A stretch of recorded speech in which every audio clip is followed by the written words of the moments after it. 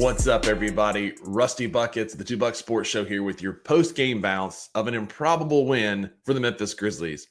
They went to the Phoenix Suns last night, won 117-112 in an old-fashioned out-hustle, out-grind, out-won-it type win. It's a bad day to be a Grizz hater, to be a Grizz negative fan, because there was a lot of positives in last night's win. You know, closing out the old 2024, which really didn't start great at the back end of last season. And we've had our ups and downs this season with injuries.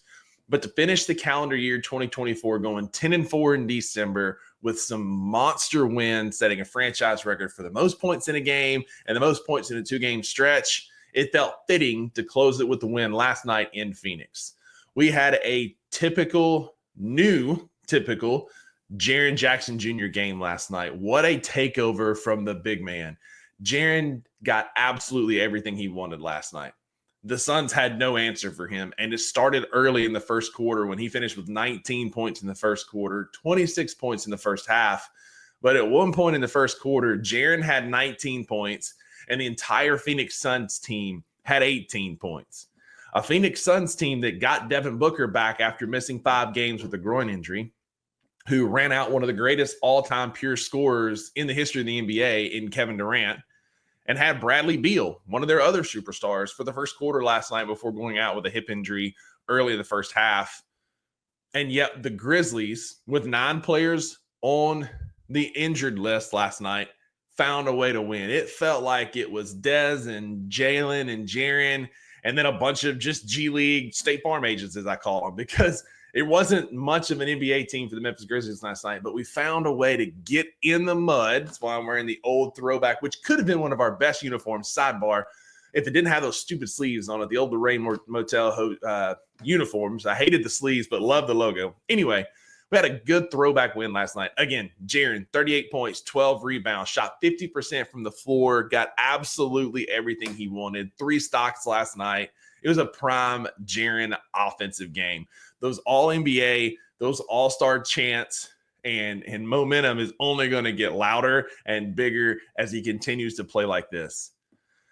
Also, all the talk about Desmond Bane being washed and this not being an offense for him and don't think Dez is going to figure it out. That's a tough look for y'all boys right now because Desmond made it happen last night. 31 points, 5 rebounds, 7 assists, 52% from the field.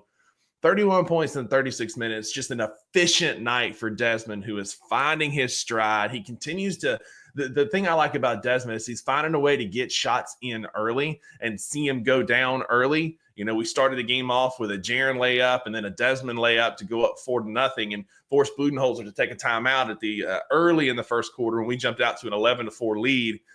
Big part of that was Desmond finding his shot early. Jalen Wells continues to play good basketball. Last night, not his best shooting performance, being 3 of 12 from the field, 2 of 8 from 3, but he finished with 11 points, a plus-minus of a positive 8, 6 boards, 2 assists, and a steal. Once again, hanging with Kevin Durant. He was guarding Devin Booker. He was playing with guys that are elite-level scorers and looked the part. Yeah, he's a rookie. Yeah, Kevin Durant's still going to get his. Book is still going to get points. But Kevin Durant finished with 29 last night. Devin Booker only 16.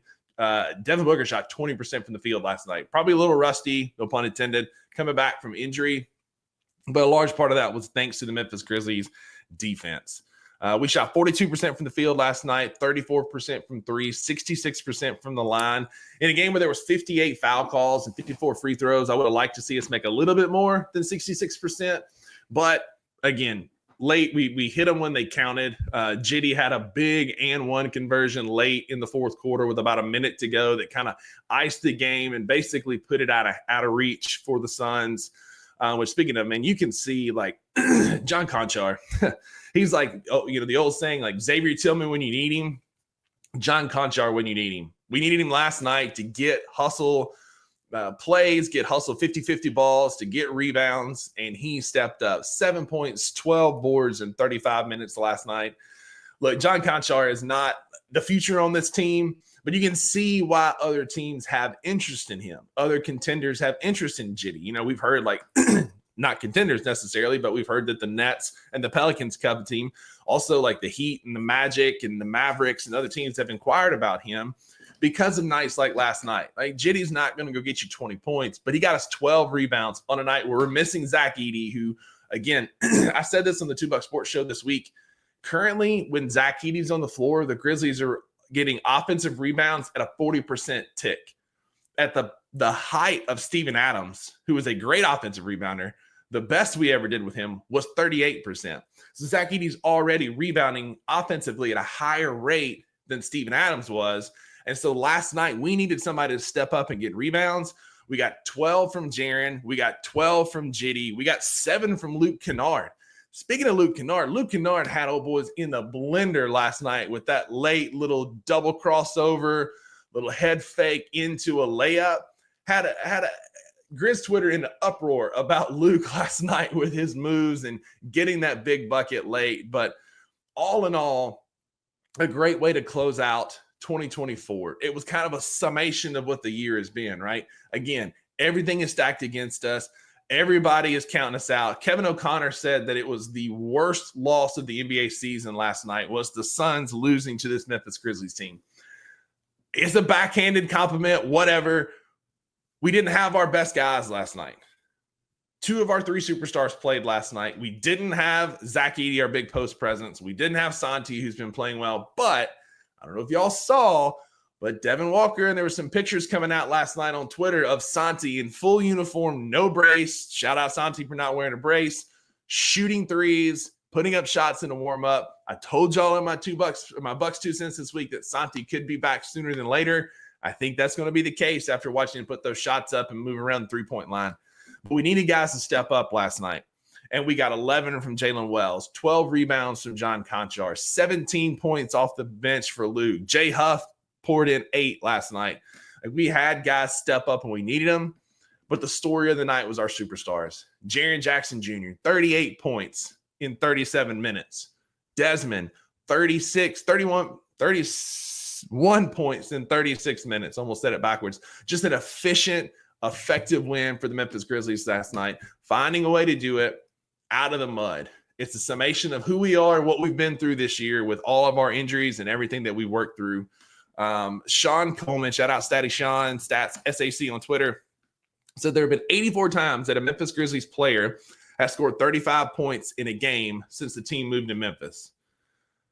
Ja and Jaren have done it 42 times. All other Grizzlies have done it 42 times.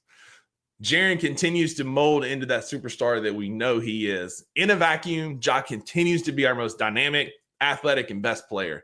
But the product on the court right now, 13 is on fire. We need to feature Jaren going into the new year. We need to run the offense through him right now because there is nothing anybody can do with him. He is a matchup nightmare for whoever we're playing. He is your favorite player's favorite player because of what he can do. The things that he can do is so unique at his size. And then Desmond started to figure out his shot, which is a dangerous thing for the NBA. All in all, a great, unexpected win. We're now 2-1 on this tough 5-game road trip that we've been on. Yes, it was an ugly black eye in the loss to Oklahoma City, but you beat New Orleans. You handled your business. You handled your business against the Phoenix Suns. Now we have 2 days to rest as we don't play again until Friday night at 9 o'clock against the Sacramento Kings in Sacramento before we wrap up our road trip on Saturday in Golden State.